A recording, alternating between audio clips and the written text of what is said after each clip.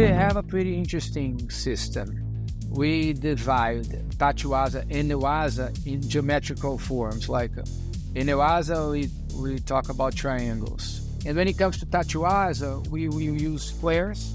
And we use squares like square number 1 when I throw it to that direction, square number 2 to that direction, square number 3 when I throw it like a swing I get over here, square number 4 to that side over there.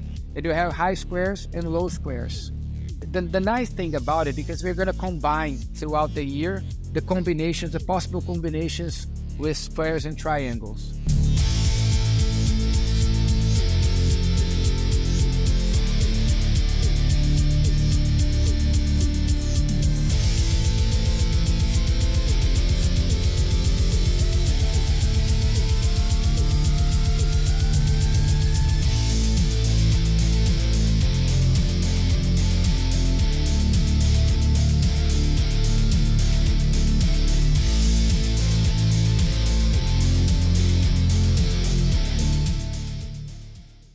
Welcome back to the BJJ Fanatics podcast. I'm your host, Ryan Ford. My guest today is a 6th degree black belt in Brazilian Jiu-Jitsu. He's also a 6th degree black belt in Judo. He was the #1 ranked Judo athlete in the world in 2007, and he's also an Olympic Judo bronze medalist. He's also a Pan American Games gold medalist and a South American Games gold medalist, and a 7-time Judo Pan Ams champion. He's also a 4-time World Cup champion, and he's also a Jiu-Jitsu Brazilian national champion.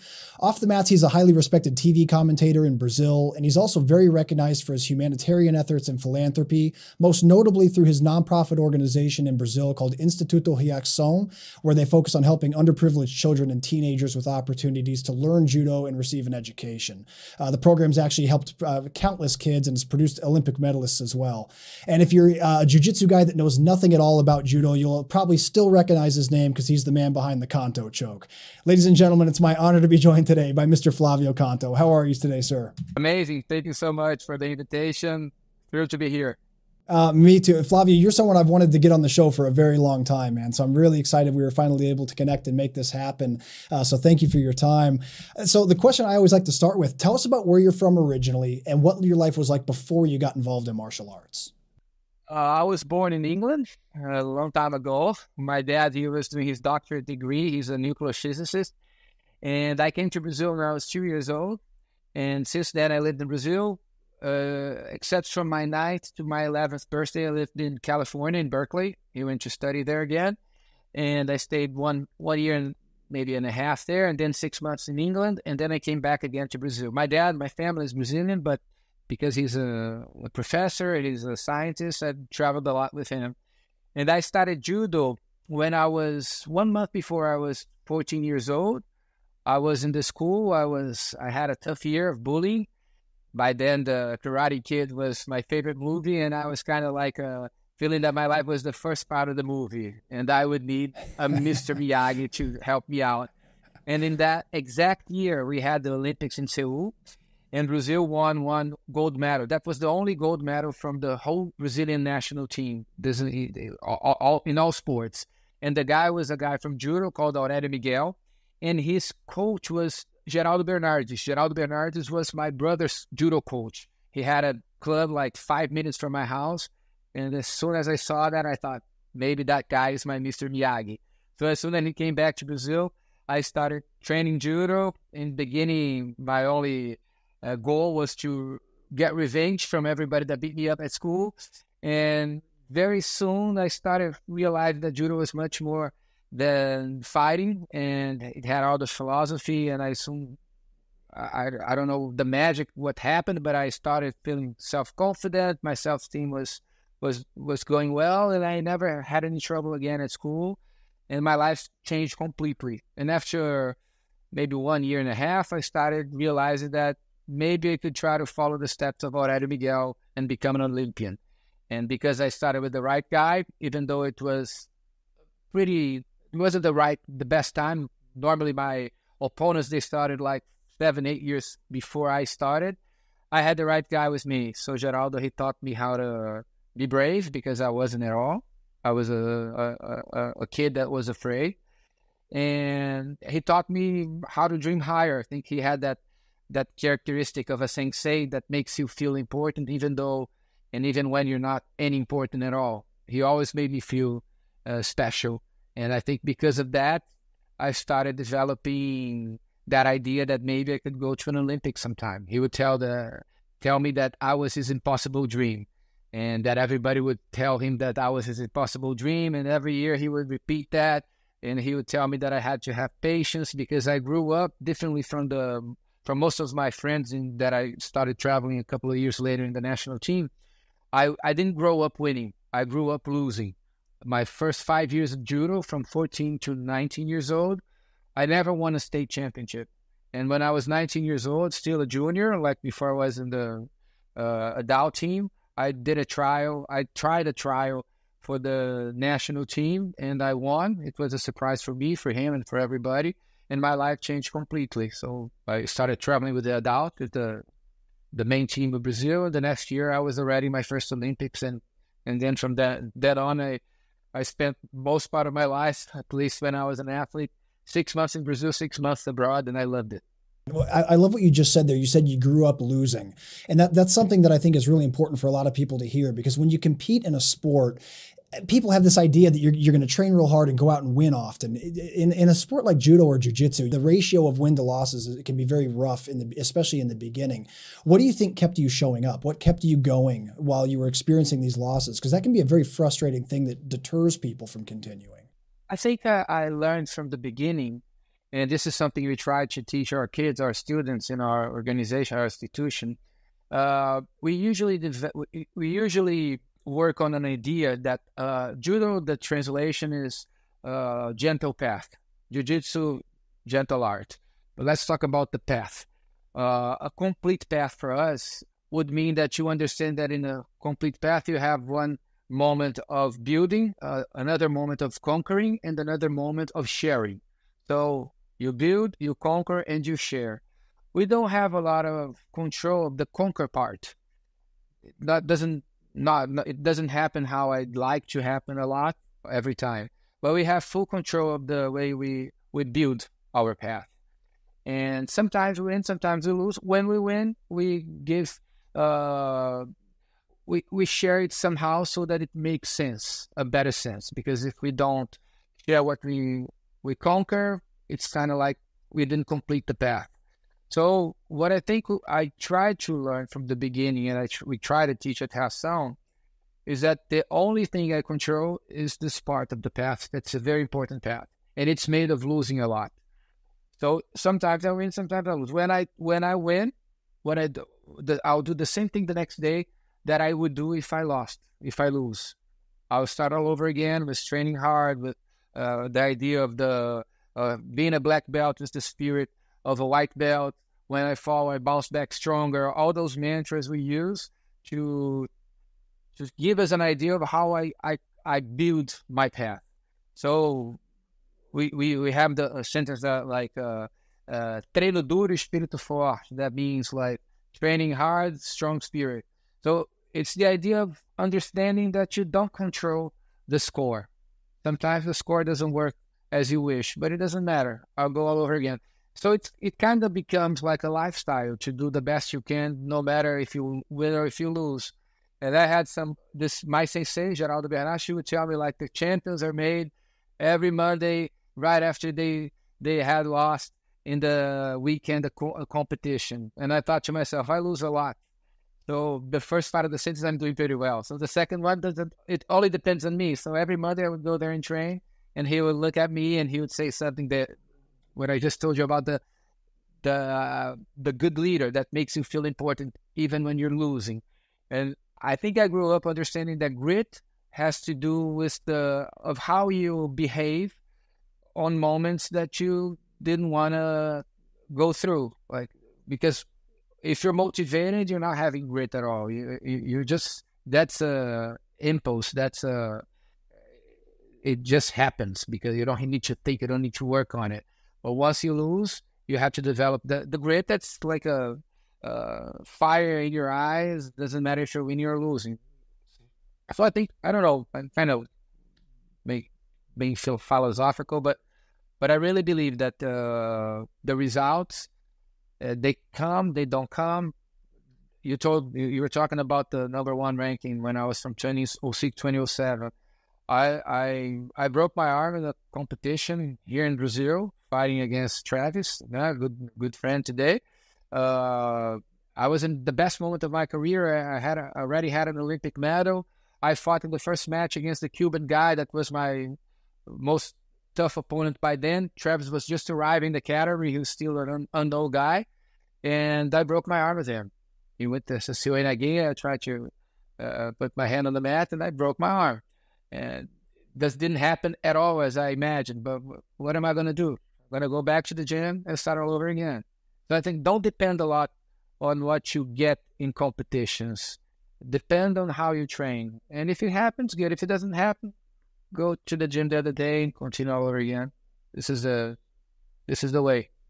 As you were analyzing your performances and as you were developing and eventually starting to turn things around and beginning to win frequently, were you able to pinpoint certain things that were causing you to lose? Was it a technical thing? Was it a mental thing? Was there anything like obstacles that you were able to identify saying, okay, this is what I think is causing me to lose? And if so, what were they? No, I think it was pretty easy to understand what was happening. The guys are better than I was. That was it. It took me, that's a hard problem. Yeah. It took me time. It took me time to get better, to develop. Not a lot of time, because in 5 years I was in the black belt and I was already competing throughout the world. And 6 years I was in my first Olympics, but 7 years. But I guess I needed time. And after a while, when I became one of the top guys in the world, I had to myself that I always felt like I was pretty good. Without being, to try to be honest here, I was pretty good in the groundwork. I was pretty good in Tatuaza, was better in the Waza.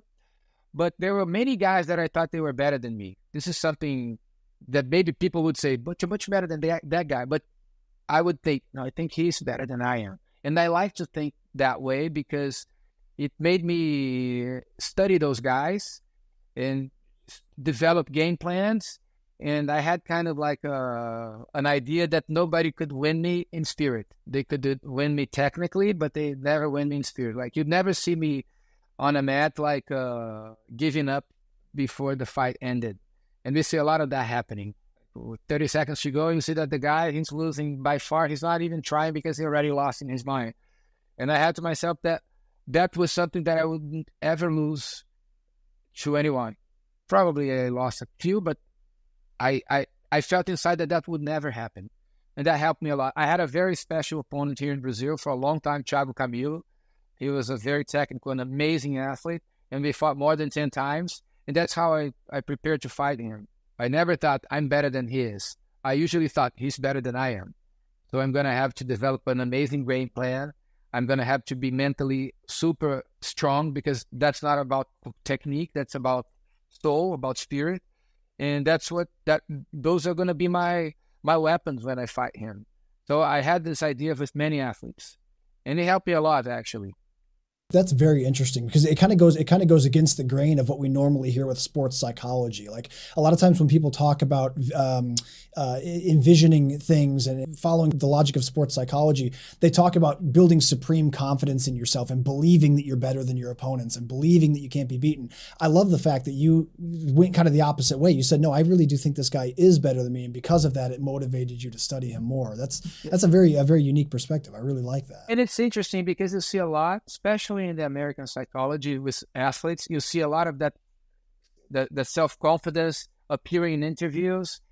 And when you think about the story of, let's say, the samurais, they get ready to die. They pass their whole lives understanding death and understanding that they might die when they fight.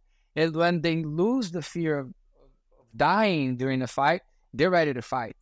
So the idea of judo is kind of like similar. Like, you have to understand how to fall. You have to train how to fall. You have to train how to lose.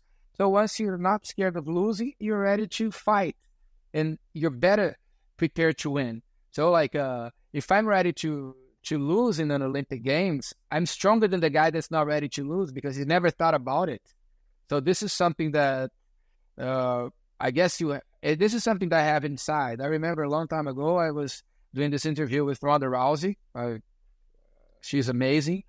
And she was in Brazil defending her title. And I made a question that I remember her answer, and I thought to myself, this is not good. I asked her something like, okay, you've never lost in MMA, but that can happen someday. Are you ready to lose? And she gave me an answer that I'm a friend of hers. I like her a lot. And she gave me an answer that I felt like worried about her. She said, no, I don't think about losing because that's not gonna happen. And I thought to myself, we don't control the score. We don't control it we don't have full control of that situation. We can get prepared, we can do our best, but the score, we don't own the score. And in the next fight, she lost, and then she lost again to Holly Holm, and she didn't come back. She's ready to stop forever because she's amazing. She changed the whole story of MMA for women. She's the most successful athlete that we ever had in MMA. But I thought to myself that maybe this can go wrong because she's not thinking about a possibility that we have to imagine. Let's talk about an Olympic Games. I've been to some. If you go to the Olympic Games without thinking about the possibility of losing, you got to be ready to win, but you got to be ready to lose as well, because that will make you more, at least on my point of view, the samurai stuff. If I'm ready to die, I'm ready to give everything in the fight because I'm ready for that. If I'm ready to lose, I'm ready to give it all because, okay, if it happens, I'll wake up in the next day and I'll do all over again because this is my style. There's so few people in this world, Flavio, that have stepped onto the Olympic mats and who have represented their country in front of the world. How easy was it to maintain this kind of mindset and maintain this kind of philosophies that you have when you have such a big stage? I mean, that's as high as it gets. So did you find yourself struggling a little bit to maintain that same mindset when you're on such a big stage with so much on the line? I'd say that unfortunately we retired before we developed a better mental strength. I wish I could go back to my first Olympics with the mentality I have today. But I think in general, I was in this idea, I was better off than most of my friends from the national team because I remember, this is a good example. We had a team of psychology in my last Olympics in 2004, and she was interviewing the athletes, and after my interview, she asked me something. She told me, can I make you a question? You were the only one that answered differently. I asked all the guys from the team, why did they wake up every day and train? And they all said the same thing, because I want to win an Olympic medal, because I want to be the best in the world, because all stuff attached to the conquer part. And my answer was, because I love the life I have. And if I have good results, I'll keep having the life I have for a long time. I love traveling the world. I love meeting people. I love meeting new places. I'm happy doing what I do. And if I'm a good player, if I have good results, I'll keep doing this for more time. So this is, for me, it's what I am. And she said that I was the only one that had that kind of answer. And I in the beginning, I didn't know if that was good or not good. I won a medal in that Olympics, so it wasn't something that, because a lot of people pretend they are self-confident, I think, because they are insecure, and they say stuff because they want to try to get confident. And I was in the best shape I was in my life, and I was still having the same idea. I love what I do. I want to keep on doing what I do, and having good results will make me do it for longer. When you're a judoka, obviously the grand stage is the Olympics. And so when someone wins a medal at the Olympics, I mean, that means that things are dialed in to a point where you are the upper 1% of all the people in the world that are doing what you're doing. So I always love hearing what's going on in the mind of someone that's made that accomplishment. So I appreciate you sharing that. Let me ask you this. So obviously you're known for having incredibly efficient newaza for non-judo practitioners, the ground fighting portion of judo. You started training jiu-jitsu shortly after you started judo, or did you start at about the same time? I think I had the privilege of growing up in a city where we had the only city in the world where jiu-jitsu was when I was younger. Like, we didn't have jiu-jitsu even in Sao Paulo. We have a couple of guys, some amazing, like Rickson Gracie, he's in the States for a long time. But we didn't have it spread throughout the world. So all the best guys were living in Rio. And I was raised in a club. Geraldo Bernardes, my coach, he was very good at Newaza. And we did a completely different training because in Brazil, we had a lot of inspiration of the Japanese judo, the classical judo. But in my club, we were very different. We would play like Tuesdays and Thursdays, only Tachuaza, standing up game. Mondays and Wednesday, only Newaza, only the ground game. And on Fridays, we would play, by then, what we call taparia. And remember, the grappling stuff, no gi with those slaps, those stuff like that. So it was a completely different place to train. And when I was about 16 years old, I was already pretty good in Newaza. But I met this guy, Paulo Caruso, and I was amazed with him. He was a personal trainer as well. He was my... Geraldo and him, those are the two most important guys in my life when it comes to my development. I had many others, but those are the most important guys. And he was a Jiu-Jitsu black belt. He started training me, and we started training Jiu-Jitsu as well. So I had Geraldo that had a very background from Newaza. I had Paulo Caruso, and I started developing this idea that we can develop Tachuaza and Newaza and the transition. Our mantra in our club today is good on Tachuaza, good on Newaza, and good in transition. Good standing up, good on the ground, and good in transition. The idea that if you become a black belt, you're a black belt in Judo and Jiu-Jitsu. You have the same level. So this is what we try to do today at Hassan. We have like about 15 guys living abroad from the favelas of Brazil, teaching Jiu-Jitsu, because Jiu-Jitsu grew so madly throughout the world. It really provides the possibilities that Judo still do not provide. So we have both in Hassan. But the privilege I had, I grew up in this environment that we had a lot of Jiu-Jitsu academies, Jiu-Jitsu clubs, and they didn't train among each other. If you were from Barra Gracie, you would never step in Carson Gracie or in Meister. It's the previous Alliance, They wouldn't train between themselves. And because I was from Judo, because I trained with Paulo Caruso, I was the first guy. I was his first athlete. People started training with him as well. We started training together in this house. And by then, we didn't have a lot of Jiu-Jitsu tournaments. So everybody trained as if they were competing. And in Judo, we compete every weekend. So we compete. We train without feeling that we are competing. So we go smooth. We don't care if we lose or if we win. We train. We're not competing. And I think that people started feeling comfortable training with us. And in this place where we were, it was the first place, I think, in the world from Jiu-Jitsu that people train together. And I got friends to all of them. And they started training with me as well. And they knew that if they didn't train well with me, it didn't matter, because I would never tell anyone what happens, because that was not from our culture. And they started feeling comfortable. And I had the privilege to train with all the best guys in the world by then. And so a thing that the other guys didn't have, because if they were from different clubs, they weren't allowed to train together. I competed a national championship and a state championship when I was 18 to 19 years old. And I did good. I won both. But I realized that if I started competing Jiu-Jitsu, I would lose the possibility of having the doors open to receive everybody to train with me. So I thought that I wanted so bad to go to the Olympics that it wasn't my goal. And I don't know if I would change that. I even thought about competing in a Jiu-Jitsu tournament a few years later, but one of my best friends was competing by same category, so I decided that I don't want to do it, because we're training together. He even won the tournament, a very good friend I have. And then I never competed again.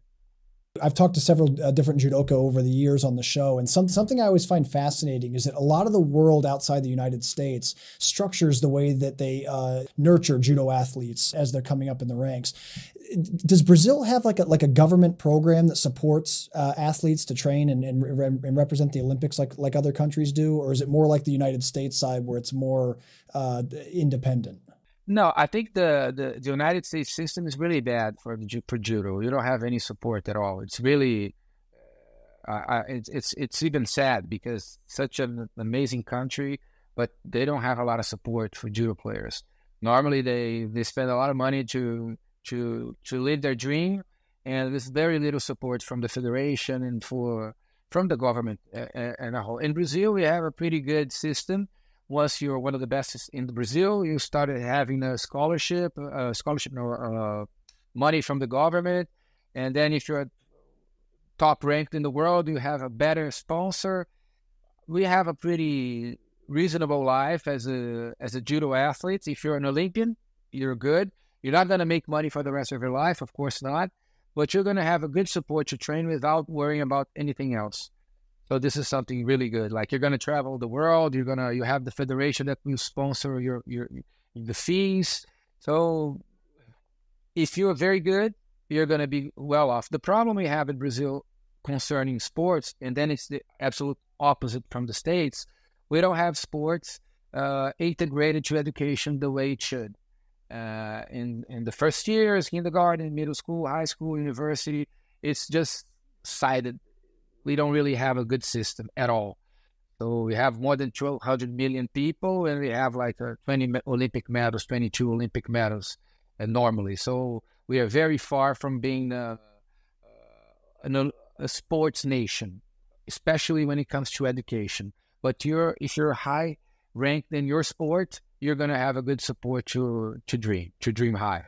So when you say with education, you mean like how American high schools have a football team exactly. or a wrestling team? The seasons and even you have the mascots, you have the culture of Friday Night Lights, all those things you have in the States that are amazing.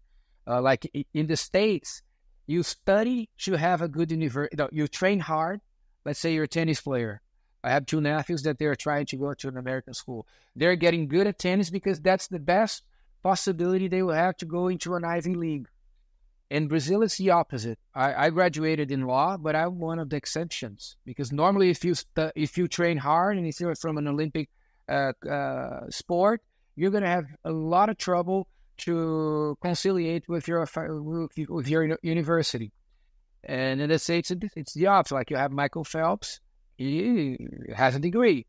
I'm a commentator as well on TV. And it's really sad for me because every time I'm commentating, let's say the UFC, when there's an American fighting, and I'm going to tell his background, I'm going, this guy, he graduated in economics and this one in business. And when I come to a Brazilian guy, normally they quit studying when they're like 16, 17, 18. So this is a sad thing we have to develop. We don't have that. It's getting better, but still far from being good. Well, that's something I know that you, again, talking about, as I mentioned in your intro, you're someone who cares deeply about the impact that you make on the world. Is that part of what inspired you to start Instituto Reacao? Because I know that that's something that you guys really focus on: education, sports. Is that something you're trying through the program to compensate? Hey, it's kind of my life. I think the best part of my life. It started 24 years ago, inspired by the place where I was raised. I live in Rio. It's a place you've been here. There are a lot of mountains, and the favelas are spread all over the city. We have more than 20% of Rio's population living in favelas, and we have invisible walls that divide the city in every neighborhood. Right now, I'm like 40 seconds from Rocinha, the biggest slum in Rio de Janeiro, one of the biggest slums, biggest favelas in America Latina, and I live in a very nice place. But I'm 40 seconds away from the headquarters of Reacao, of our institution. I came to live here because I 1 week ago, I put in my watch 40 seconds to get there by bike. So I'm really happy because I'm there. I was there a couple of hours earlier today. And normally, you never cross that invisible wall if you come from a better place. And I decided that I had to see what was going on and try to do something to change things. I think I had the privilege of traveling a lot and making and having the power of comparing our city and our country to other places, to places that are much more developed than us. And I realized that everything was wrong and that I had to do something. And today, we are like a lot of people at Reacao. We are in 12 different clubs in 5 different states in Brazil. We've had more than 20,000 students. We have 150 employees. I'm one of the founders, and we directors in the board. We are all volunteers, the board and the directors, but we have more than 150 employees working every day to change their lives. And they do judo, they do jiu-jitsu, they have the soft skills program in the dojo, but they have an educational program, they have a scholarship program, they have a straight to the market program, as we call it. So there are a lot of nice things going on. We have a program for the mothers, and it's really a school, a life school, a school of transformation there. And we're actually doing this big reform here. It's going to be really awesome. I like to think that we're building the Brazilian Kodokan. Yeah, Kodokan is the place where judo was born, and we are having this 4 floors construction. One dojo 500 meters square, and another one of 250 with an amazing facility for them to be our headquarters. We're in the middle of this reform until the end of the year, the beginning of the year, to be ready to start happening. Wow, that is really incredible. What do you think have been some of the biggest obstacles you guys have faced with helping underprivileged kids receive education opportunities in Brazil? Is there anything that's been difficult along the way about making these things happen? Well, it's always difficult. We have to raise a lot of money to make it happen the way we want. Today we are very big, especially when we started. I invited like 40 friends to my house. Told them the idea. We're going to change the world, one world at a time. We're going to use martial arts to start. Then we're going to bring new repertoire so that they're able to do a good choice. Because what's very sad from Brazil is that if you're born poor, you're going to die poor normally, because they don't have the option of having a good choice, because they don't have the repertoire. You didn't have a good education. The public school system here is not good. So it's very hard to involve in life here if you come from a favela. And we try to give them a better path with better repertoire so that they're able to do better choices. So I think the difficult task for us has been bringing new people to dream with us. Today we're talking about $3 million a year, maybe $3 to $4 million a year. This is what we cost. We have a lot of public policies of tax refund, tax incentives, so it helps a lot. We have one especially concerning sports that's pretty strong here in Brazil, and we're really well organized. We have a very good reputation because we've been doing this for 24 years.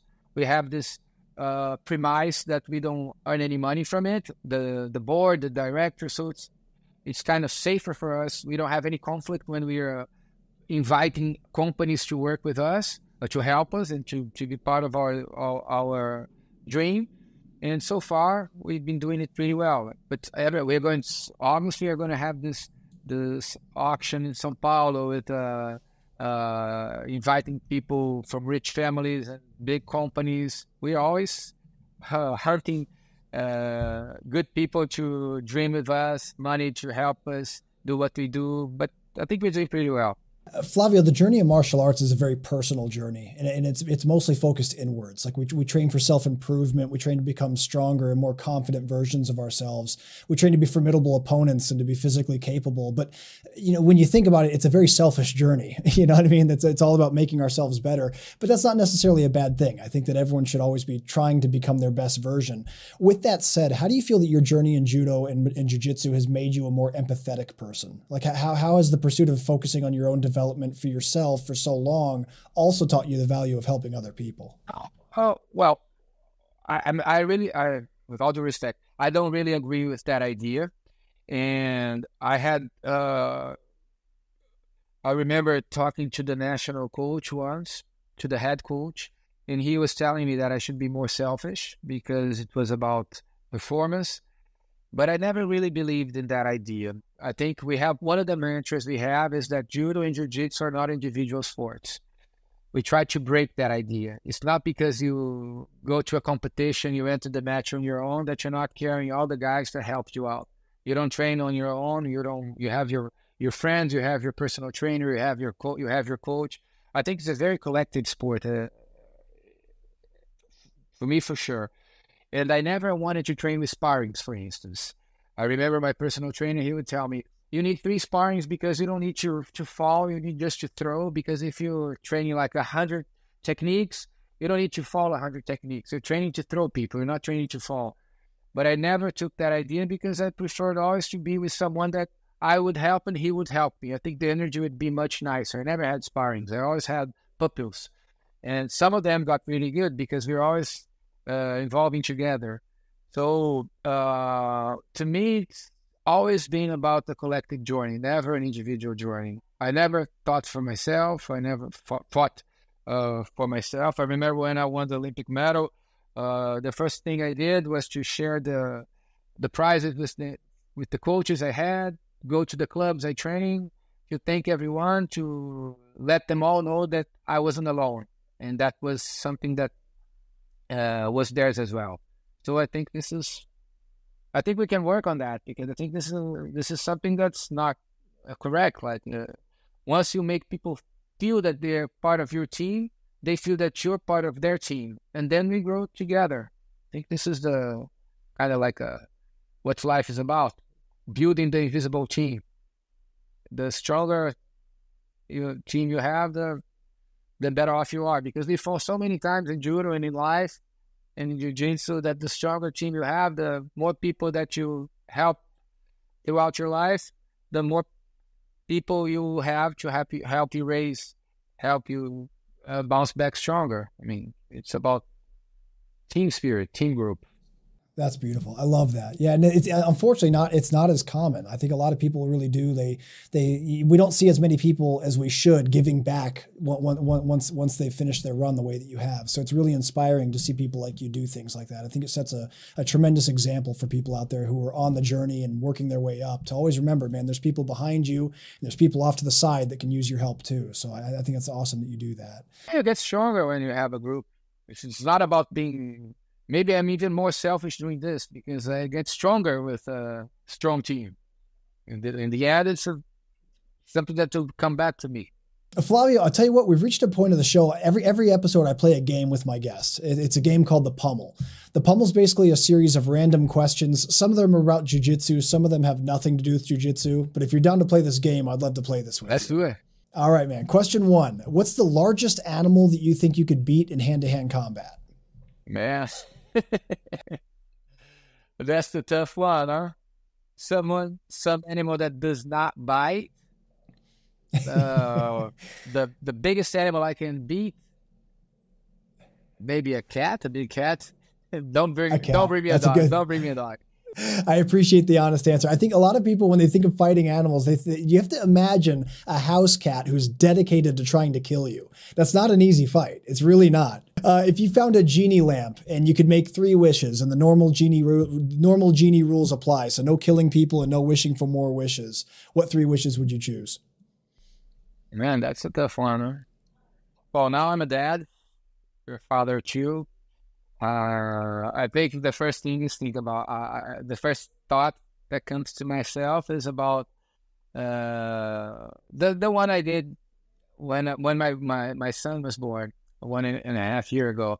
The first thing I told him was, "You're here to make the world better, so count on me on that task."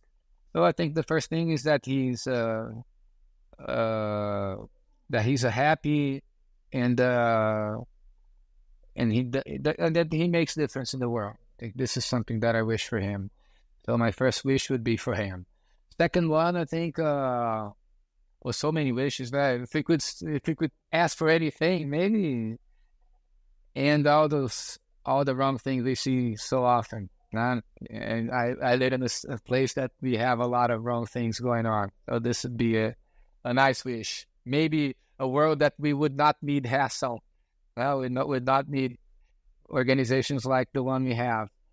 And the third thing, those are tough questions, I don't know, maybe, okay, the third one, maybe that I would have more time to surf. Those are great wishes. What do you think is the worst job that you ever had? Like everything I do, because I do so different. Today I'm in the board of an oil and gas company. I'm in another board of another company of events. My life changes a lot. I'm going to work in this TV, not TV chain, this network television, the social media group, Casa TV. And I like everything I do, man. I really do. I mean, I don't think I ever had something that I did not like doing. I really don't. I mean, It's good that you appreciate everything you do. That's awesome. What do you think is a secret talent that you have? What's something you're good at that people might not know? I think that I'm something that I'm good at that people might not know. Can you play an instrument? Can you sing? Can you dance? Can you cook? I think I'm good with kids. I've always been. Good with kids. Since I was young. Good. I love teaching, but I don't have the time I wish I had. I did. In the beginning of Hassan, the first 12 years, I had my classes. And I think I'm good with kids, teaching kids, young kids. Great answer. Great answer. What's something you wish you could be better at? Something besides martial arts that you wish you could do really well? I think I wish I could be a better surfer, I think. I surfed since I was like 9 years old, but I wish I was a better surfer. Surfing is something I really want to learn. So my biggest fear, my greatest phobia is sharks. And so living in the U.S., the closest place because I'm from Atlanta, I grew up in Atlanta, the closest place to surf would be Florida, and there's lots of sharks in Florida. So I'm just like, you know what? As cool as surfing looks, I just can't do it. But now that we're here in Sao Paulo, there's not really many sharks. No, we never had one shark attack at all. We never had one. Yeah, it's like almost nothing. Yeah. Now, of course, if you go to the north, like to Recife or places like that, there's lots of sharks. But down here, there's not. So I'm starting to kind of accept the idea that, okay, I really want to start to surf because I love skateboarding. I really want to. I'll ask you for some pointers. I'll message you for pointers and advice. Yeah. I kite surf as well. This is another thing that's really nice because you have the northeast of Brazil. Kite surfing for me, it's really amazing. See, I have all the boards here. I'm like I don't have any things. Someone gets in my house to think that I'm a surfer, not a fighter. Yeah, I follow an Instagram page about kite surfing. They post like the craziest videos. Like this guy, he'll jump out of the water and fly over like an entire bank of land back into the water on the other side. He's like a GoPro strapped to his chest. It looks amazing. It looks amazing for sure. What do you think is your favorite bad food to eat? What's your favorite junk food? I don't like a lot of junk food. I like chocolate. Chocolate's something I eat a lot. Chocolate. Can we consider junk food? Yeah, sure. Yeah, candy, chocolate candy. Chocolate. That'd be it. Yeah, for sure. What's your most hated food? What's something you cannot eat no matter what?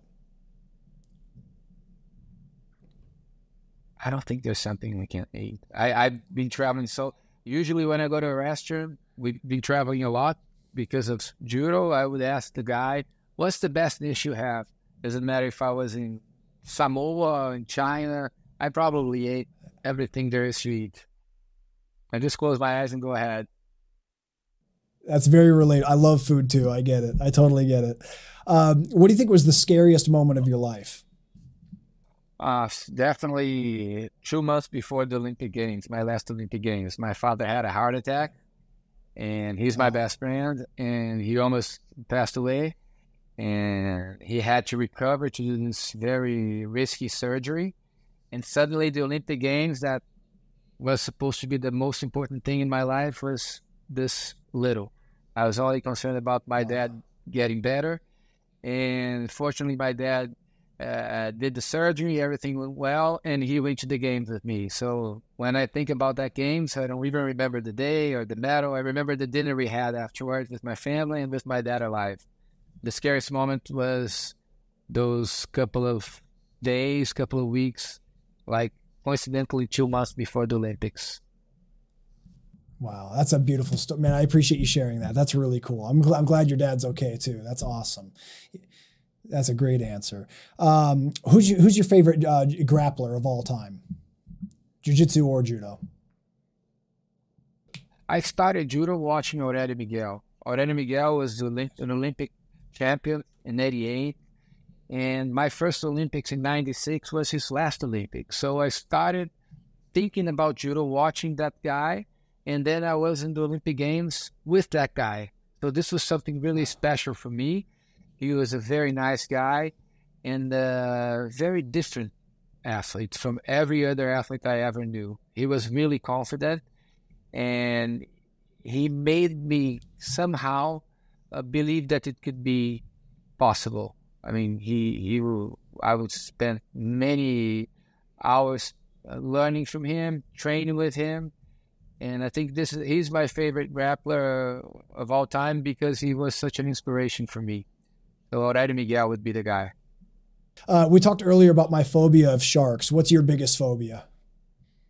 I kind of have a little phobia with sharks as well, but I've surfed in many places that I know there are sharks, like Hawaii or in the northeast of Brazil and California. But I'd say that I kind of have, because I'm from the generation that watched Jaws. It was a little. That's so why. This is the Yes. problem. So I think I have a little phobia with sharks as well. I kite surf it underneath the Golden Bridge. The difference is I will do it, but I will do it worried. Like I kite surfing underneath the Golden Bridge in San Francisco. I know there's sharks over there, white sharks, but I do it. But I'm always thinking about what can happen anytime, So I surf worried. Well, I respect you even more now because of that. Because I don't think I could do it. I couldn't do it, man. And it's funny. Jaws is the exact same reason why I have my phobia as well. When I was a kid, we didn't have cable TV, so we only had like 5 channels on TV, and one of the channels would play Jaws like every Thursday. Yeah. So like my whole life, I would just always see this shark eating a boat and killing people. I was just like, man. So yeah, that's where it came from for sure. And it's super unfair. I read an article I don't remember when, but Steven Spielberg saying that if he could go back in time, he wouldn't do the film because it made such a big, it became a big trauma to many people. The sharks were it wasn't a good thing for the sharks as well. Yeah, that's true. It's crazy though, because people talk about how, you have a better chance statistically of getting hit by lightning than killed by a shark. But it's like the word there is killed though, because like they talk about being killed by sharks. What about people that like lose their arm or lose their leg or lose a hand? Like you have to include those statistics too, man, because that happens too. So I'm always, I just prefer to be in water where I know there's not a lot of sharks. So there's Ubatuba, like the big beach here in Sao Paulo. We went there and the first thing I looked up, okay, how many shark attacks have happened on this beach? And then when I saw that the last one reported was like 1903, I was like, okay, like I kind of like, I kind of like my odds a little bit better there. So I got in the water and swam around a little bit. But yeah. What do you think is who's your favorite superhero? I'm from Superman, from Christopher Reeve. That was the superhero I grew up looking up to. Classic. I like that. If you could have a superpower, what would you choose? Fly, for sure. To fly. Yeah. That's a good one. You wouldn't need to kite surf anymore. You just fly around. You fly under the Golden Gate Bridge. Yeah. What do you think is a couple more questions for you here? What is your who's your favorite comedian? My favorite comedian, I think there's a TV show here, Porta dos Fundos. It's a Brazilian group. It's really, I think they're really, really funny. I like those guys. And final question for the Pummel game. If a zombie apocalypse happens right now in Rio de Janeiro, what's the first thing you do? Oh my God. And I like those movies. I don't know, man. I think I would close my door, really. I maybe go in. Do they know how to swim? The zombies, if they... No, I don't think zombies. Okay. I don't think zombies can swim. I've never seen a movie where zombies swim, so I think you're okay. I got one of the boys and I'll live in the water. I think that's the point. That's the thing. That's a good plan. I like that. And Flavio, that was the final question for the Pummel game. Congratulations, you win. You got your double underhooks. All right. So Flavio, man, I would love to pick your brain on technique while I have you here. There's a few topics I have in mind. The first is around grip fighting. I figure if I'm going to talk to someone about grip fighting, an Olympic medalist in judo would probably be the right person to talk to. We all know that guy at the academy whose grips we just can't break. Like, what do you do with a grip that you can't break?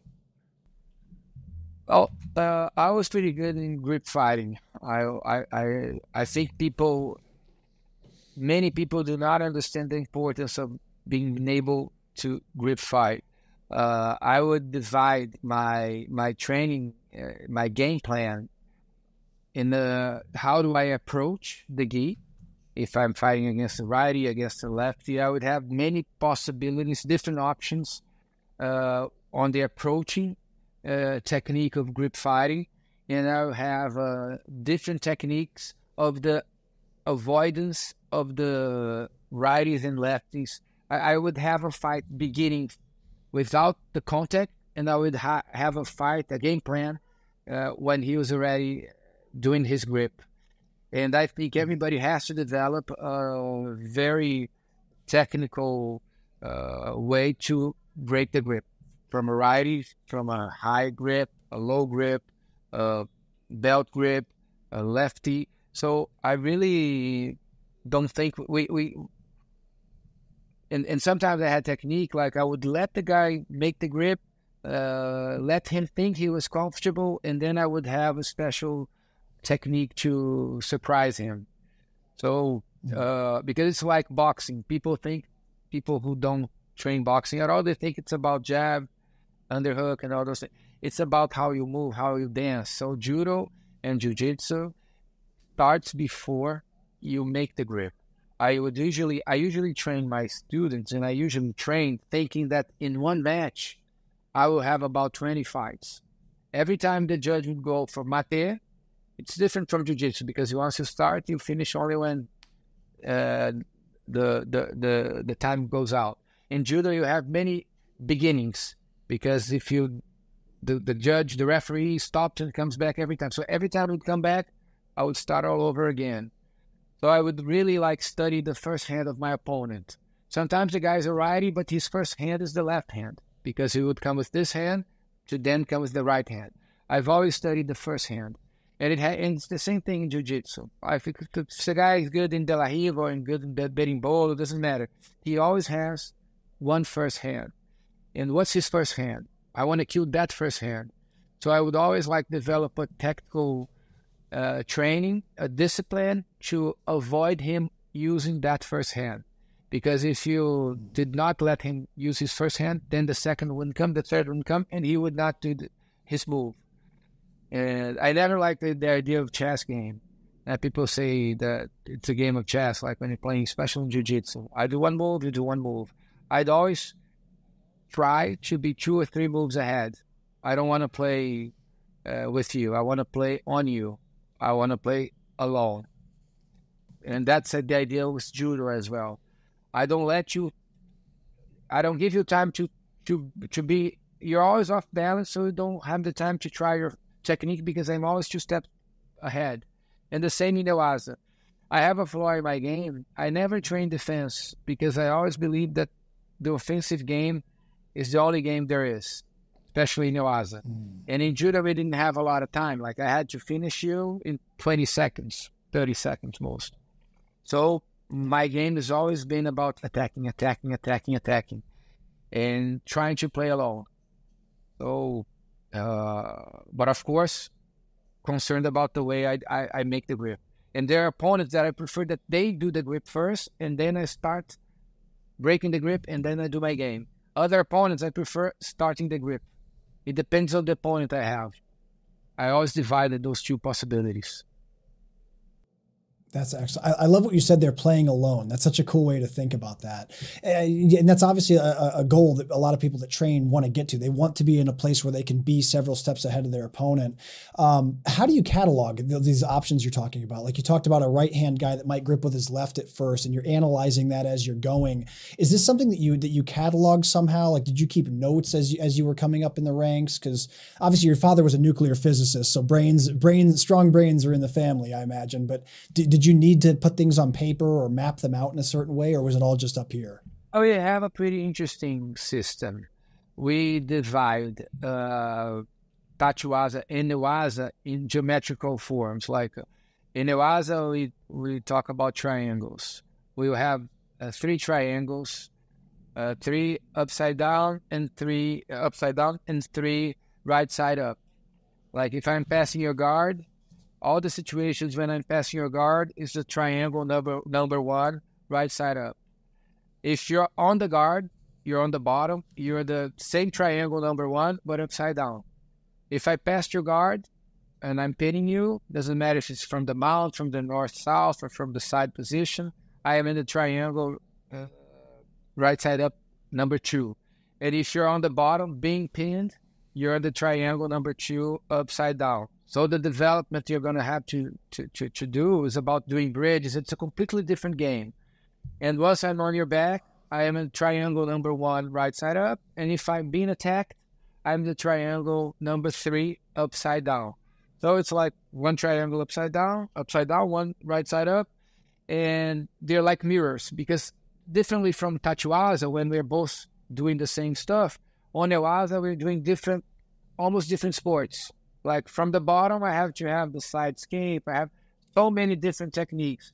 And what we try to do to develop is exercises, drills on my own for each of those triangles that will give me the magic to be able to perform any technique that I develop later. So we have this progressive system, developing drills on my own, then drills with a partner, then the technique, and then every time the transition technique.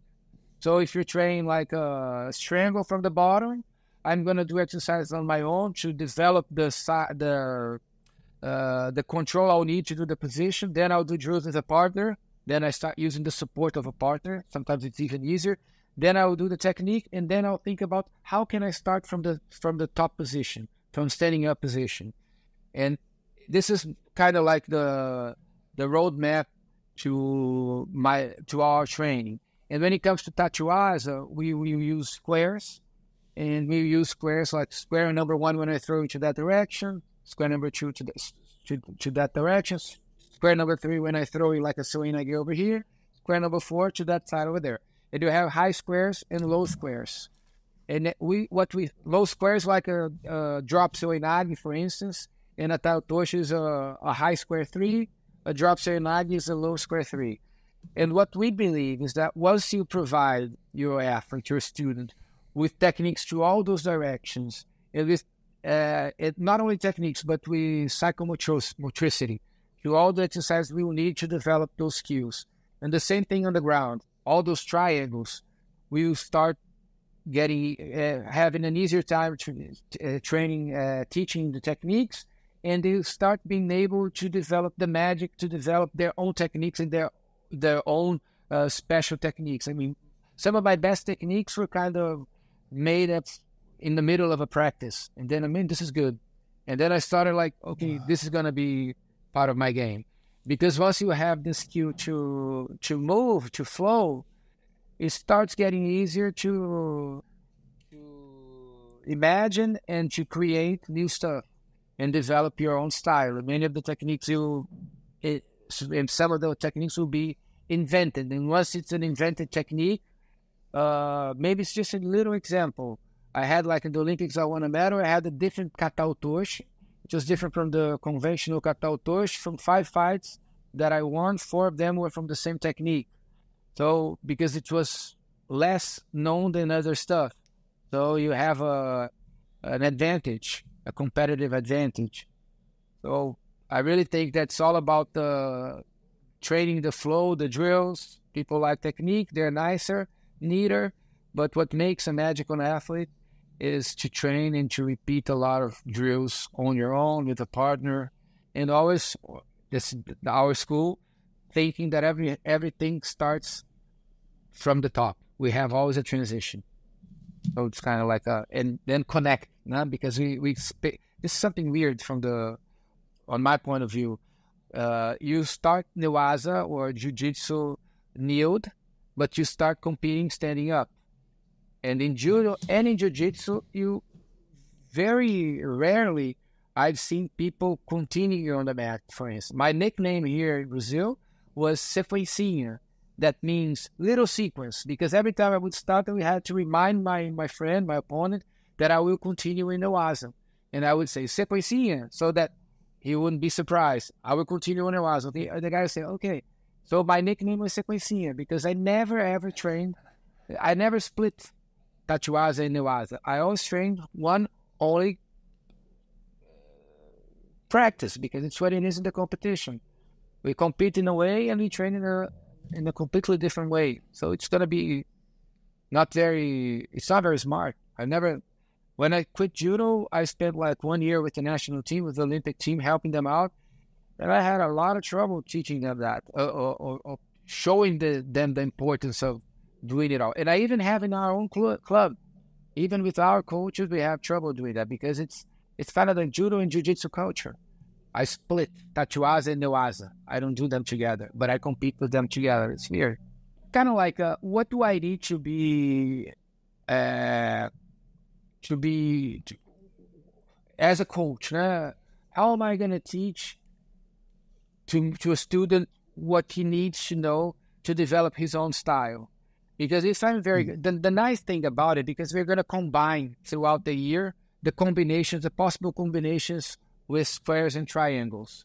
So let's say I'm a very good, I do ultimata pretty good. It's square number 3.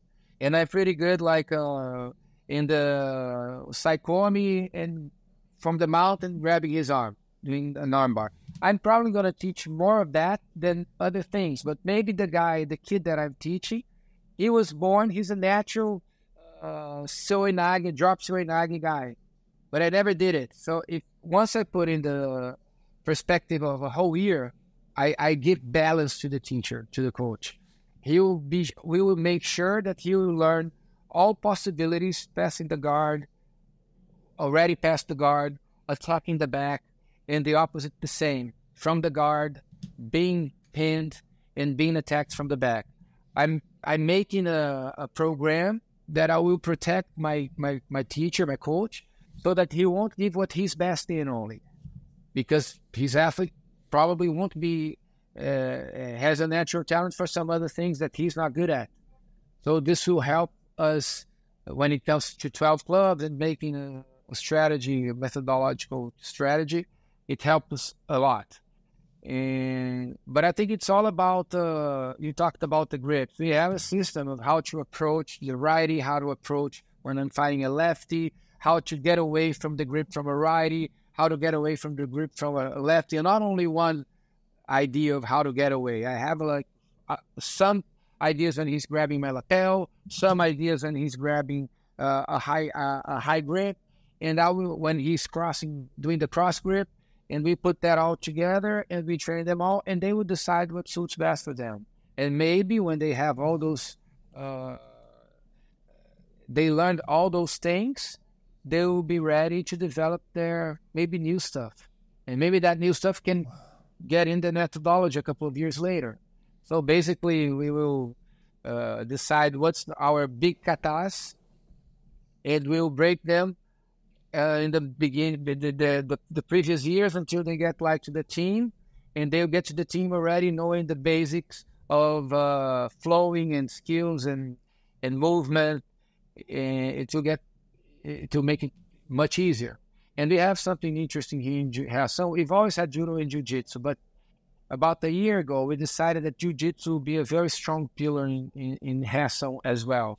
We've been number 1 in Brazil in the last 2 years in judo, and we're fighting against great teams. And the idea is to make Reacao strong so that someday we might be big and have clubs all over the world. And instead of doing a business, we'll do something for the kids and for the institution. Let's say the royalty they'll pay for opening a club in New York will go straight to Reacao. So the idea is to build a path when jiu-jitsu gets strong. Yesterday I was training in Reacao. We had an UFC champ there. We had some very tough guys coming to train at Reacao. So it's already happening. So in a couple of years, hopefully, will be we'll start to be known as a strong Jiu-Jitsu team as well. And this will open the doors for many of our kids from the favela to have a better life abroad. That's really incredible. Wow, man. Well, I'm really impressed by how the way that you're talking about your curriculum, how you really break things down into specific chunks about, okay, here's how we defend someone that's a right-handed gripper. Here's how we deal with someone that goes with a high grip or a low grip. I think that's really great that you have very specific pathways drawn out in your curriculum. It also makes me think about what you were saying earlier, that you very much believe in the philosophy of a good offense being the best defense, where if you can constantly be attacking and constantly keep someone in a defensive cycle, it keeps yourself leading the dance, basically.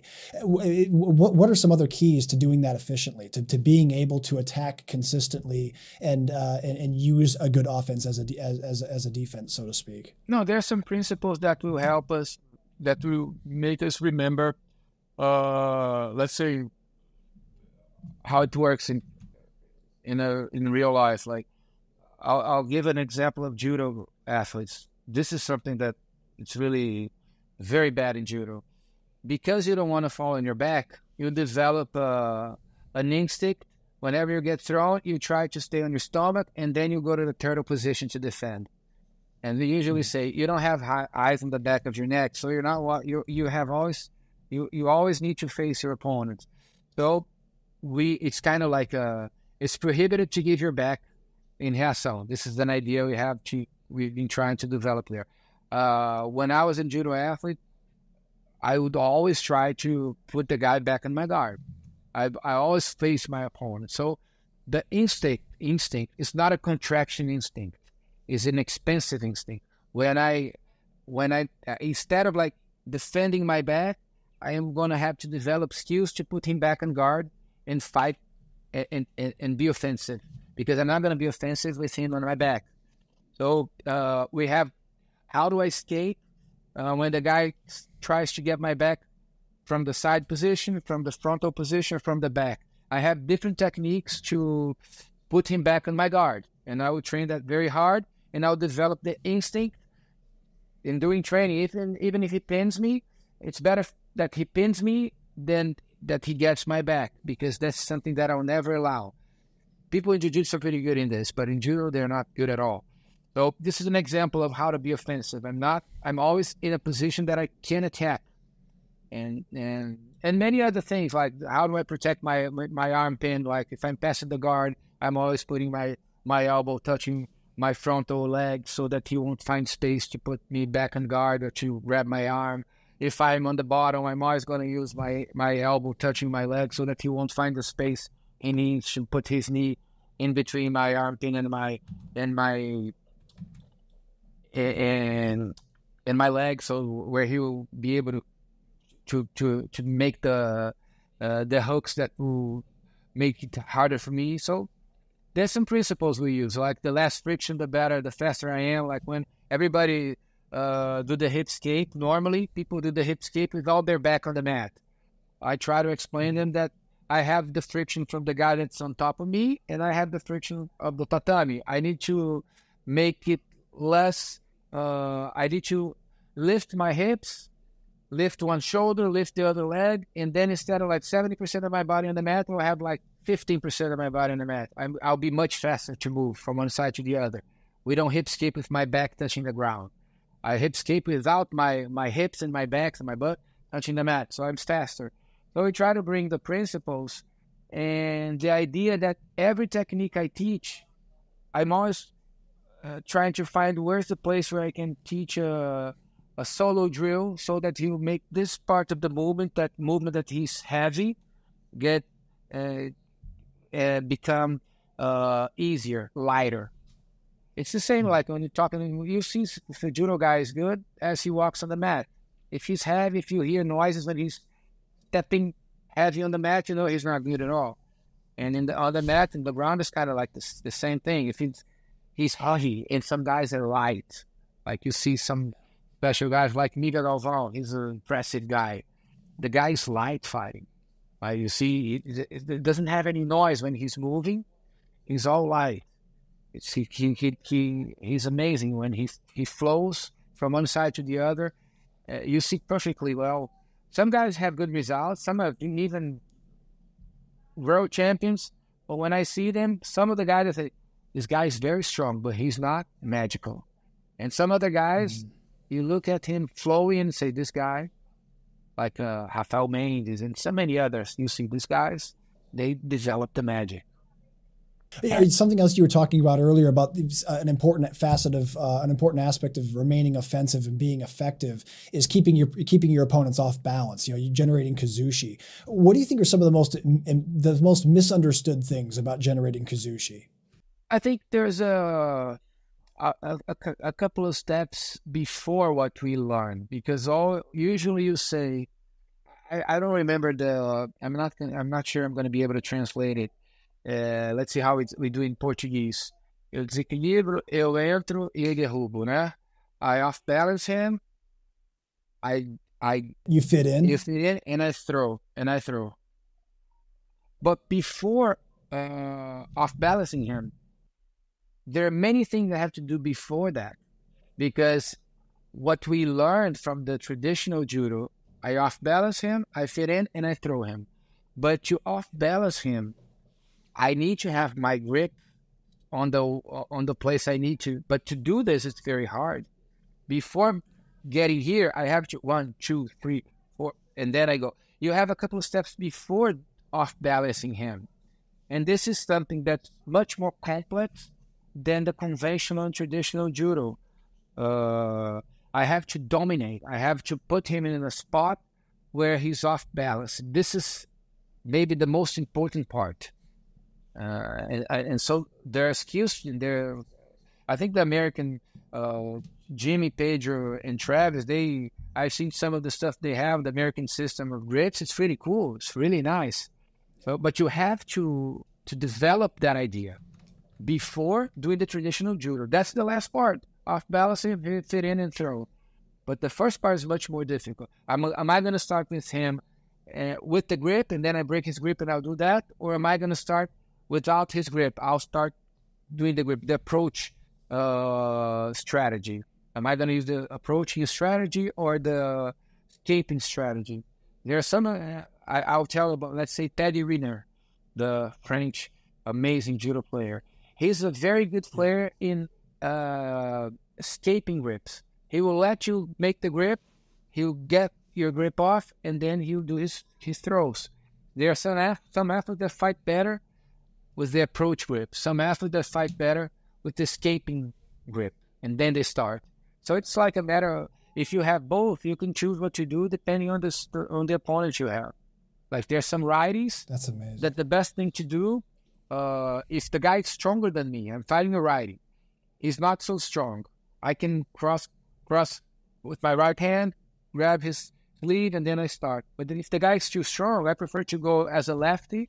I'll use my left hand on his collar, and then suddenly I will change instant. But I don't have the whole fight. He's stronger than I am, so I'll develop a different strategy. So once you start understanding, there's not like a one-fit-all strategy. You have to develop repertoire, and then you choose which one to use depending on the opponent you face. That was an excellent breakdown. Yeah, it kind of reminds me about like when you're learning wrestling, they teach us that like it's never point A to point to the finish line. It's always point A to point B to point C. Then you have to set things up properly and have things in order before you can take the proper actions. That's really cool the way you explain that. I appreciate that. Like that, when I started judo, judo was much more pure. Like people would let you make your grip. Everybody was known for one specific throw. That's the Uchimata guy. That's the Surinagi guy.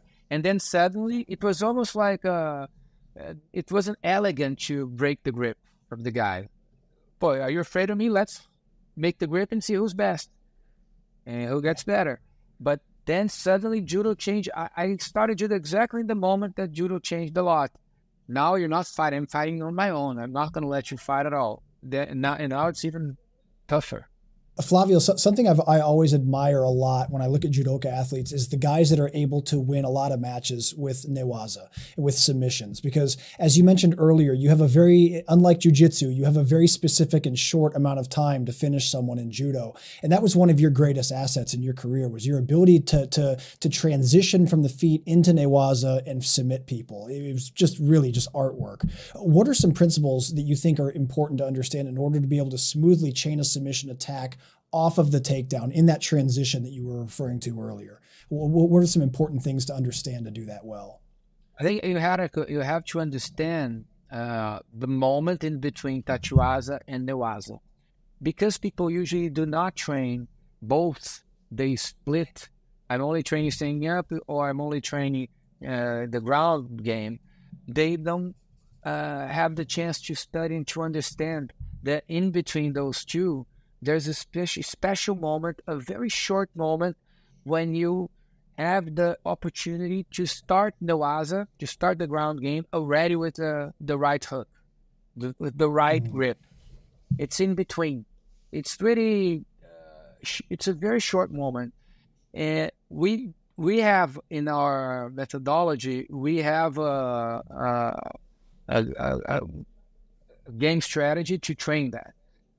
Basically, I'm usually going to try to get with my hand or with my ankle, depending if it's a frontal attack, let's say the sankaku jimeya, if it's a side attack or if it's a back attack. I'm usually going to try to get underneath your arm pin before you close or before you put me back on guard. So once you're throwing the guy, or once the guy is trying to throw me and he fails, I'm already underneath his arm pin. So I will develop a skill to get there the fastest I can. And then when I start the ground game, I'm already one step ahead. But what people usually do, like they train tachuaza, and then when the fight goes to the ground, it's almost as if he loses like 1 or 2 seconds, and then he starts fighting. Okay, now I'm going to put the newaza mode. They have the tachuaza mode and the newaza mode, and they lose the transition mode. This is a completely different story, in that you have to understand it to be able to be good at it. Amazing jiu-jitsu players, they don't perform any good in judo because they don't have the speed required to be good in newaza in judo. And many good judo guys, they don't throw anyone in jiu-jitsu because you have to do the transition. Not the transition in this case. You have to be able to understand that you have to change a little bit. Like if I'm going to fight a jiu-jitsu tournament fighting as a Japanese, I'm probably not going to throw anyone.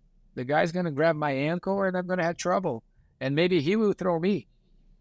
And if I'm very good in jiu-jitsu, but I'm slow, I'm never going to have the chance to finish the guy, because the referee will always call mate, the fight will continue on the mat, on the ground, on the top position, and the guy will throw me. So I think it's very specific, and I think it's very important for judo and jiu-jitsu to understand that you have to balance the game. I think a responsibility, because the rules make the techniques. If you have a jiu-jitsu competition that allows you to be very bad in tachuaza and even though become a world champion, there's a flaw in the rule. And in judo, it's the same thing. I remember once talking to a very good friend, he was world champion. He was asking me how to pass the half guard. And I asked him, what are the positions you have from here, from the half guard? And he told me, I never learned any position. I said, man, you're a world champion in judo and you never learned one half guard pass? He said, no. And I thought to myself, this is a flaw in the game, in the technique, because I think, and what I think is that it doesn't matter what the rules are, we need to prepare our students to be complete. On the ground, tachuaza, and in the transition. And if we can train them as well, some self-defense, some no-gi, because it's, culturally speaking, academically speaking, I think this is the best way.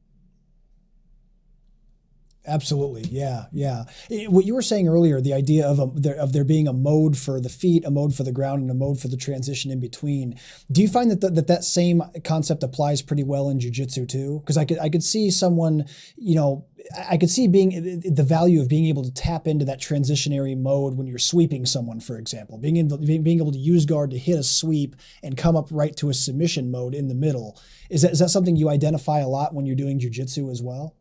I have trouble distinguishing judo and jiu-jitsu because they're kind of alike. They have different rules, but they have the same origin. We can call jiu-jitsu newaza, we can call newaza jiu-jitsu, despite the differences of leg locks. It's always the same. The rules are different. When I talk about the transition from the tachiwaza and the newaza, it's the invisible moment that we usually don't see because we didn't train and we just didn't notice they existed. And we lose those short seconds that will make the whole difference from the top to the ground game. But when I'm sweeping someone and in the middle of the sweep I grab the arm, I think this is something different. I think this is the flow. This is what I'd say what the magic is. I had the sensei of my sensei. He was a very special guy and very good at newaza as well. And he had a principle. He would say, if you want to grab his arm, go for the strangle. If you want to strangle him, grab his arm. And be ready to whatever happens. And being ready to whatever happens, to be ready means that I train so many drills to the left, to the right. I don't have any side. I'm ready for whatever happens. I think the magic comes from that. I don't have in judo, we have a lot of guys with very strong positions. If you put him in that situation, you're probably going to tap. But if you protect the arm that he grabs, he doesn't know how to grab the other one. I mean, this is a very strong fighter, but he's not a magical fighter. The magical fighter is the fighter that flows with you, and suddenly he grabs one arm, and then the other arm, then he gets the strength, and he gets whatever you give him. Because he's well off to do so, because he trained so much, it comes instinctively. Back in the days when I was training a lot, I'd always, almost every day, I would do something. This other day, I did one technique that I had never done. And in the middle of the practice, I stop. What did I do here? Let's understand what happened. And then and some of those positions would become very strong positions for me. So once you're flowing and you're taking risk, because training is about taking risk, you'll find new situations. But to make that happen, you have to fight free. You got to be free, like while you're training, and you have to have a lot of skills. I mean, like you have to develop the magical flow. The magic flow comes from a lot of training. But I think that's the cool thing about being different. I think that there are people that see it. Paulo Caruso, I think he's a very special guy. I've always felt that with him. You would show something and he would bring 50 possibilities. Sometimes people ask me something, I see things that the guy's not seeing. And I think the more you train, the more things you see. Flavio, I would obviously be remiss to have you here and not ask you about the Canto Choke. So how did you first develop the Canto Choke, and when did you start using it effectively? This is a crazy story, because suddenly I saw Canto Choke everywhere, and suddenly I thought, man, that's me. This is weird. And I remember seeing like this amazing guys like doing videos, teaching the Canto Choke. It's just such an honor, and I mean, and something so weird. I've been to the States, and I remember one guy once, "Are you the guy from Canto Choke?" I said, "Yeah." Weird stuff. I guess so, yeah. But the story, a couple of years ago, I went to the academy of Medi, St. George Medi. He was an amazing judo instructor, and he had the level of judo, jiu-jitsu black belt. He was a judo guy, but he was amazing in the water. And he taught me a very similar position from the guard. You were with the guy in the guard, and then you go sideways a little bit, and you lift your leg, and you would go for the strangle. I don't know if there's a name of the strangle. And I think you're referring to a hell choke, yeah. Yeah, it was something new for me, and this is something that happened a lot. Sometimes I learned the position, and they would reappear a couple of months later. And I never was able to do it because I didn't have enough space. And I don't know, someday I was far from the guard and I was in a different situation, but it had the same principle and it fit. And I started doing, and I remember in the beginning it was, and even today it's pretty strong, because when you cross grip, the guy is already turning on the alarm. He sees that there's something coming, there's a strangle coming. But when you hold him with the normal grip, the one you're doing tatuaza, he doesn't feel anything coming. And when you're working on transition, and I love transition, I don't need to do any change. From the way I usually make the grip, I will do a yoke tomoe, or I will try to throw him if he defends. I already have my hand over here to do the canto the choke. It's weird for me to say canto choke, it's kind of like a showing off. But and then it was like almost undefensible. Once you fit, I don't remember to have many people defending it. It's really strong from there.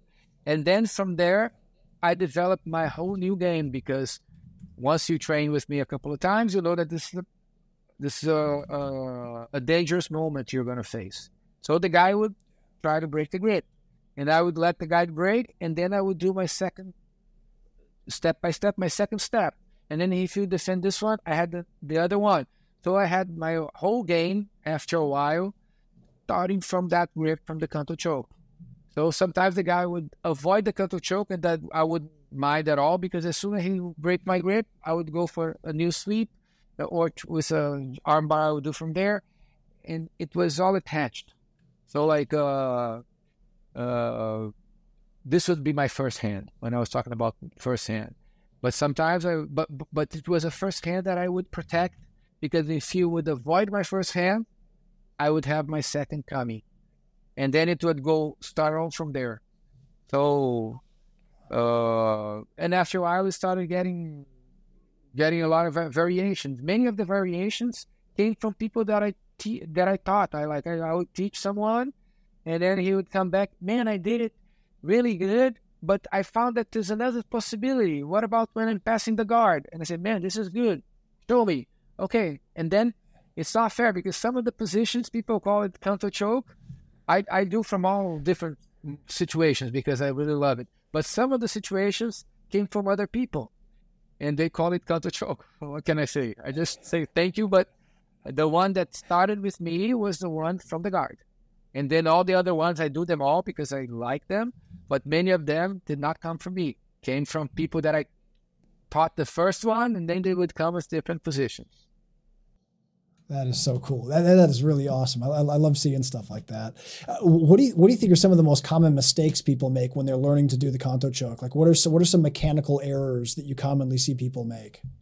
I think I don't do a lot of seminars. I did 2 a couple of weeks ago in the States.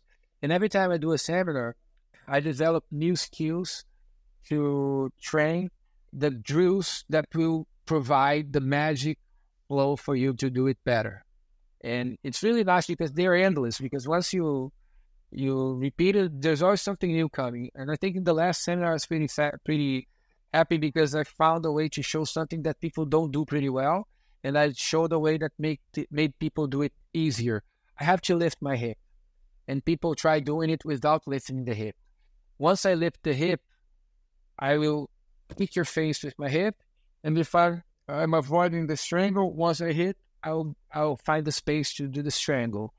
And something that's also really important, and I think this is worth for all kinds of strangles, you finish from the beginning. Because sometimes people do all the work, and in the end they try to choke. Like when I get the hook, when I do the half sweep, then I try to strangle. I think the principle of strangling is you strangle in the beginning. It's almost like in the beginning. So once I get the hand, I will pull you with all my might, as if I was with the saw movement, and at the same time I will kick you with all my strength with my leg. So it's this really fast. And once I do this, I never let go of the pressure I'm doing with my hand. I'm pulling you really strong, and I'm kicking you really strong. And I'm going to try to find the hooks with that uncomfortable situation. You don't go light until I find out. I start doing it every time. So he's already choking in the beginning. I almost never have the time to put the hook because he's already tapping before. And so I think this is something that we have to have in mind. So some of the drills I was teaching them is how to lift the hip. And at the same time that I pull, I kick you with my hip. 1, 2, 3, 4. And then I would sit and I would tie the choke. Because I think what people usually do in the technique, they jump sometimes phases. For every technique, I have like step 1, 2, 3, 4, 5, 6. When you train with a guy that you feel that you don't have any space at all, it means that he respects all the steps. When the guy is not very good, he jumps from the first step to the fourth step. He loses 3 steps and 2 steps, and he's not so, his pressure is not so good. It's not about being strong, it's about understanding the steps. And once you break down the position, technique, and you understand what are the steps, you train each one of them, and then you put them all together. So I think it's, the more you train, the more you teach, the more you see. And the easier it gets to teach other people. Excellent details. I really appreciate that. Yeah. Well, man, guys, listen, if you're out there listening, Flavio actually has 3 great instructionals with us. He's got what he calls his progressive system series. One is about the Canto Choke. One is about Jujigatami. That's arm bars for the people that don't know, and back attacks. So those are all available right now at bjjfanatics.com. His Canto Choke series is one of our best sellers on the site. So if that's something you're looking to add to your game, go check it out at bjjfanatics.com. Flavio, man, in closing, what are some of your major goals for 2024? What are some things you hope to accomplish this year? I'm not sure when people will watch this, but I'm going to the Olympics. I'm working in a different place for the Olympics, something new for me. This is a big, something that got really big in Brazil in the last couple of years. It's a group called Casé TV. They're in the social media with, they have the rights of many great competitions as the Olympics. Now they're having the NFL and the Euro, the football European Championship, and many others. And this is a new experience for me because I usually worked in the TV. Now on TV Global, I'm going to work with Casé TV. So this is going to be interesting. Hopefully I'll watch the Brazilian team doing good, especially Rafaela Silva. She was one of the athletes from Reacao. She'll be fighting again. And I think those are the goals that are closer to me, and seeing the reform getting the new headquarters of Reacao until the end of the year starting to get ready. So, I mean, I put some stuff in my Instagram today. If you can take a look at afterwards, Ryan, you'll see the place where we are building the 4th floor dojo. I'm really like, it's almost as if I'm going to have a new life after the headquarters is ready, because we're going to be able to bring more people, more kids. In Rocinha, we have about 700 students. We're going to have like 400 kids, and it will be really special. So I'm really like, this is my new son getting that. I'm really anxious to see him with us. That's amazing. That is incredible. Well, yeah, I would love to be able to come pay a visit whenever it's ready for visitors. Let me know. It would be amazing. To come check it out. Please. That would be an honor for me. Please Absolutely.